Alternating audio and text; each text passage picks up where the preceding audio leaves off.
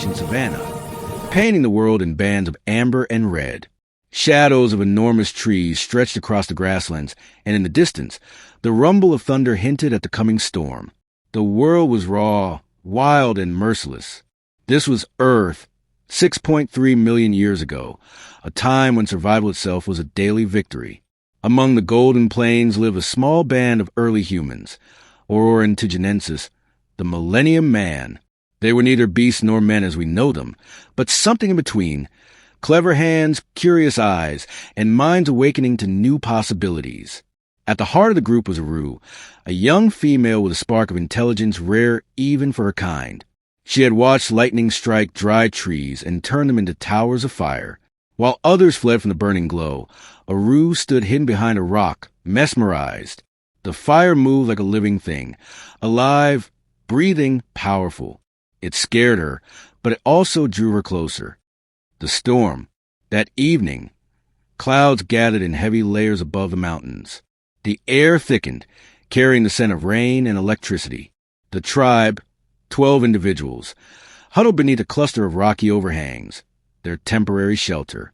Aru sat beside her mother, Nara, watching the sky crack with white light. Then came the sound, a crash like the heavens tearing apart. The lightning speared a dry tree not far from their den. In an instant, it erupted in flame. The younger ones screamed and hid their faces. Even the dominant male Turok barked and grunted, urging the group to retreat. But Aru stayed.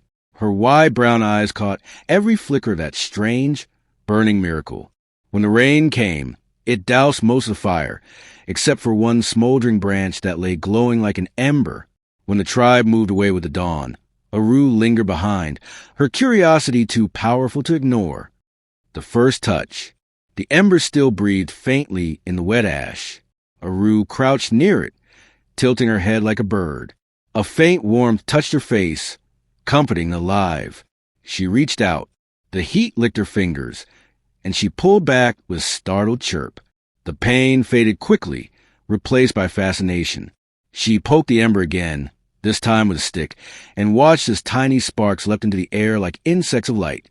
She didn't know it, but she had just taken the first step toward humanity's greatest mastery, fire. When she returned to the tribe, the smell of smoke followed her. The others sniffed, curious but wary. Aru showed them the blackened stick, tapping it on the ground. Turok snarled and slapped it away. Fire was danger, chaos, something that killed. But Aru wasn't done. The cold night. That week, the world grew colder. Winds blew across the plains, and even the thick-furred beasts shivered. The tribe sheltered sticks and leaves barely held against the icy gusts. The group pressed together for warmth, their breath clouding the air. A newborn, the child of Aru's sister, whimpered through the night. By dawn, its tiny body was still. The cold had taken it. Aru's heart ached. She stared at the lifeless infant, then at the horizon where she had seen the fire. The world was telling her something. Fire meant warmth. Warmth meant life. She had to find it again. The journey. When the next storm rolled in, Aru slipped away from the group, trailing a small band of hyenas that followed her scent. She moved quietly through tall grass, scanning the dark sky for the flicker of lightning. At last it came, a blinding flash, followed by a roar. A nearby tree burst into flames. Aru crouched low, covering her ears, but her eyes stayed locked on the burning branches. This time, she didn't run. She waited until the rain passed, then approached. She found a half-burnt log still glowing, the fire alive inside like a heartbeat. She tore off a strip of dry bark and used a stick to carry the ember carefully. The smoke burned her eyes, but she didn't stop. She ran all the way back to her tribe's rocky shelter, clutching the ember in trembling hands. The spark of shelter. The others saw her coming, smoke curling around her like mist. She laid the burning bark beneath their overhang and gathered dry leaves and grass.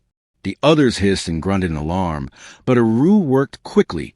She blew softly. The grass caught.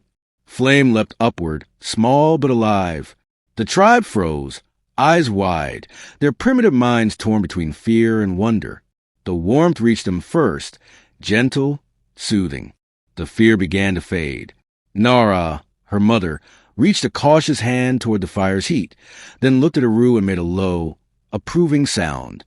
One by one, the others crept closer. The light painted their faces gold and red, their shadows dancing on the rock walls. For the first time in history, a human ancestor had tamed the wild flame. The Fire Keepers. Aru became the tribe's fire keeper. She learned to feed the flames with dry wood, to protect it from rain, and to keep embers glowing even while they slept. The fire became their heart, the center of their camp. It drove away predators, warmed their nights, and dried their wet fur. The smell of smoke became the scent of safety. Soon, Aru began experimenting with it, tossing bones into the flames, watching how they cracked and smelled. She placed meat on a flat stone near the fire and discovered something miraculous. It softened, smelled sweeter, and tasted better. The tribe gathered around her, watching in awe. Even Turok, once defiant, now sat silently before the flames, the orange light reflecting in his eyes. They had found warmth, protection, and the first sense of home, the shelter of stone. But fire alone wasn't enough. The winds grew stronger with each season, and great predators, saber-toothed cats, giant hyenas, stalked the plains. Aru noticed a cave nearby, its entrance hidden by vines. She explored it cautiously, driving away bats with a burning stick. The air was cool and dry, perfect for shelter. She led the tribe there, carrying their precious fire inside. That night, as the storm howled outside, they sat around the glowing flame deep within stone walls. For the first time, the wind could not reach them, the rain could not touch them, and the dark, once terrifying, now danced with warmth and light. Legacy of the flame. Aru died many years later. Her body laid to rest at the cave's entrance, the first of her kind to die beside fire. The tribe continued her ritual, passing the ember from hand to hand, season to season. Generations later, her descendants would spread across the plains, carrying fire and the idea of shelter, two gifts that would change the course of all life on earth. In the ashes of her last fire, beneath a layer of ancient dust, the bones of Aru and her people would one day be found, silent witnesses to the moment when humanity's first spark burned against the darkness.